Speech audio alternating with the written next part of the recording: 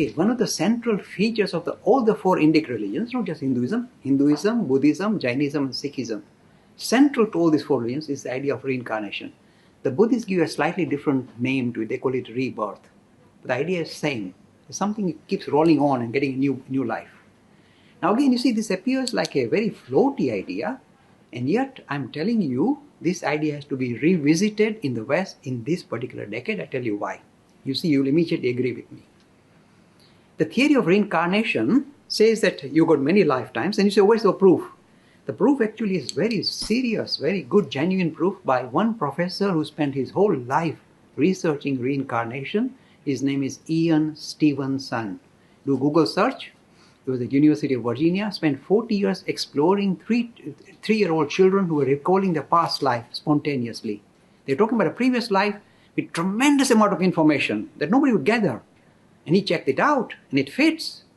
So if you just do a Google search and do James, USA, or James, a pilot, you see a recent history, a recent case of somebody remembering himself as being shot down as a pilot in the Second World War. So the research is very clear. It says there are two lives linked somehow because this boy gives information about this life that nobody else would have even known, and it fits.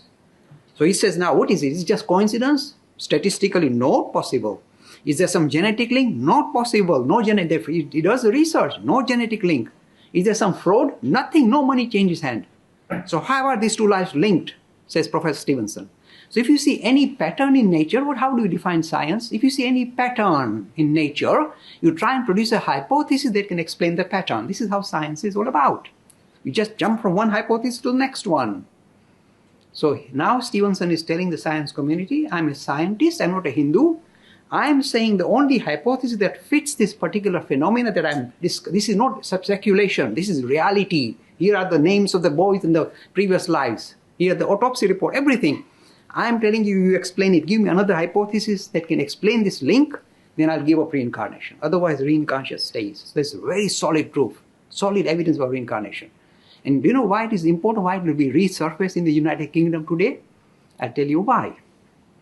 You see, the theory of this idea in the Abrahamic tradition that you got two life scenarios, this one and the next everlasting one, says you do some good things here, and when you die, you go to heaven and you have barbecue with God and forever and ever. If you're a naughty man, oh dear, oh dear. So when you die, you are the barbecue. We'll roast you forever and ever. Now you see, you may think it's funny, but the reason they introduced, I suspect, because they wanted to keep the devotee in line. So they were giving carrot and stick argument. Behave otherwise, I'll whack you forever. Very frightening scenario. So it was a carrot and stick argument, maybe suitable for ancient times, but not now. Do you know why not now? Because whenever you have a risk-reward ratio that is infinitely skewed, for certain risk you take, you get infinite reward. This is the prescription for fanatic behavior. If I were to set up an office in the city of London saying, in investment bank, invest £5, I'll give you infinite reward. The office of fair trading will come and close me down. You can't offer infinitely skewed risk-reward ratio. It's fanatic. And this is why you hear at the moment, that's why Richard Dawkins is saying, oh, look what you're doing in the name of religion, chopping everybody's heads.